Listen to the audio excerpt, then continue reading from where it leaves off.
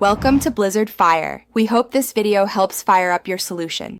In this video, I will show how to make fried rice easily at home, only way.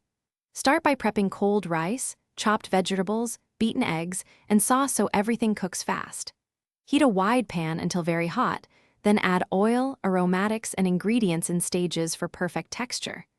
Keep stirring and taste as you go, adjusting salt or soy sauce to suit your preference in a simple, relaxed way. To build flavor, cook each element separately and bring them together at the end so nothing overcooks. Start with eggs, then move to aromatics and vegetables, giving each a quick sear on high heat. Return the eggs and rice, add sauce and sesame oil, then toss vigorously to combine. This method keeps textures distinct and ensures each bite has savory balance without becoming mushy or greasy. Balance is key when seasoning fried rice, so combine salty, nutty, and sweet notes gently and taste as you go. Use cooked proteins or quick sears to prevent moisture from making rice soggy. A splash of rice vinegar or lime brightens flavors, while fresh scallions add aroma and color at the end.